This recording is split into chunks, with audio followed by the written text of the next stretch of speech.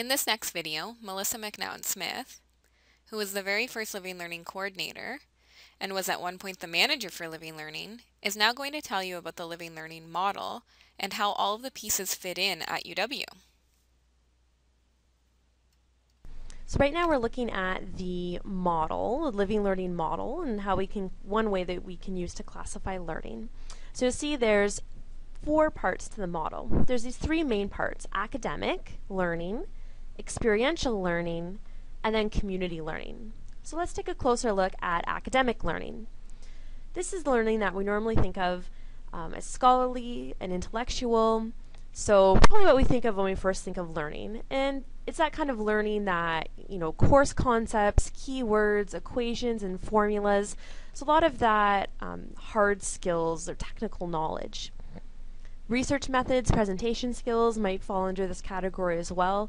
And so learning in lectures, labs, tutorials, different class settings, those really formal learning settings a lot of the time are what we think of as scholarly or intellectual learning. In the Living Learning community, we see examples of this. For example, students may talk with a prof over dinner about the courses they teach, might learn from the prof a bit more about different course content and what courses are like, or maybe learn more about concepts.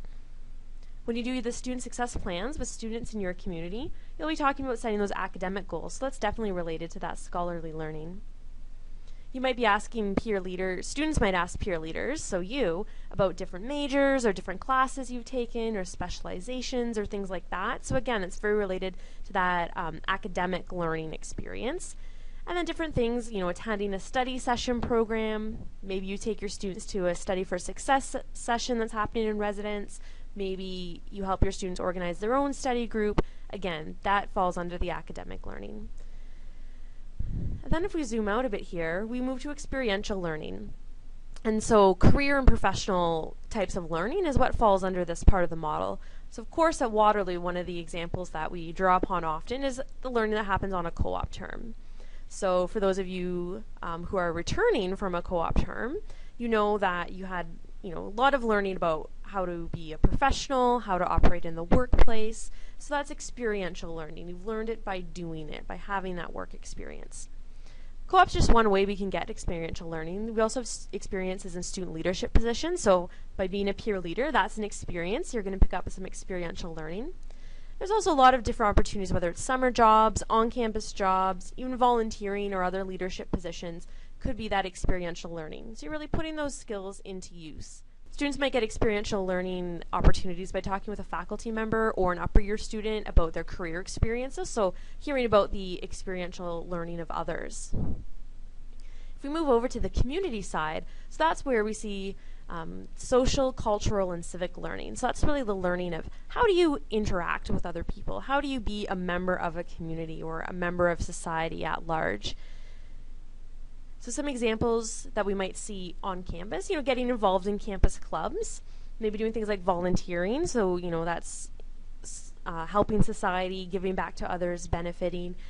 Student councils, feds, things like that. Again, that citizenship component of community learning. How do we live with others? How do we interact with others falls under that community learning. So some living learning examples. Their students are in a community by living together in residence, so they're learning how to live with each other, both with the cluster of living learning students and overall with all the other students in their residence area. And then they get to build relationships with peers, so not only peers who are probably around the same age as them, but also peers who are in a similar academic program or faculty and going through a similar experience. I really like this quote by Aston. So he says, "The student's peer group is a single most potent source of influence on growth and development during the undergraduate years."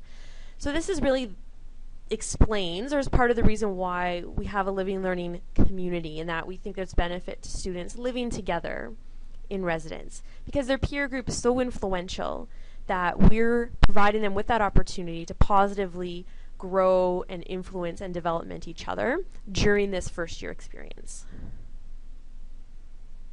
Underlying all of this is health and wellness. So the idea is that you can't have these other learning experiences if you're not doing things like sleeping well, exercising, and eating. And in the living learning community, the peer leader could role model balance, ideally.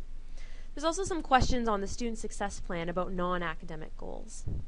So in a nutshell, that is the living learning model. So one way that we can categorize some of the different learning experiences, and hopefully you can see how learning and the living learning community touches on all those different ways of learning.